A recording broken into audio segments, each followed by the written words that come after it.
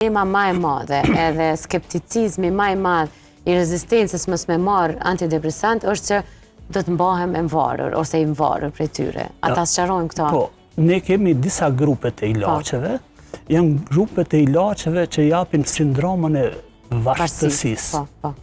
I kemi edhe antidepresantët, ata nuk japin sindromën e vartësisë, po sindromën që quhet e ndërprerjes. Çka do të thotë kjo? Në ilaqet kur japin sindromën e vartësisë, rritet toleranca e madhe organizmit ndaj këtij ilaqit edhe kërkohet shtimi i dozave për me mri efektin fillestar.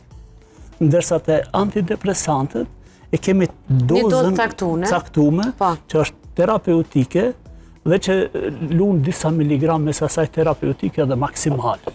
Për shkak se njerëzit nuk mund ta abuzojnë, nuk është ilaq që abuzohet. Prandaj s'krijon varësi. Nuk krijon varshmëri. Po e ka qëto që quhet sindromi i ndërprerjes.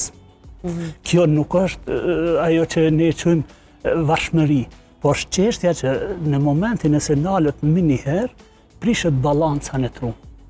Ajo balancë kimike që e mban, domethënë, qelizën nervore, domethënë, në funksionim. Dhe në momentin kur prishet balanca, nuk është mirë.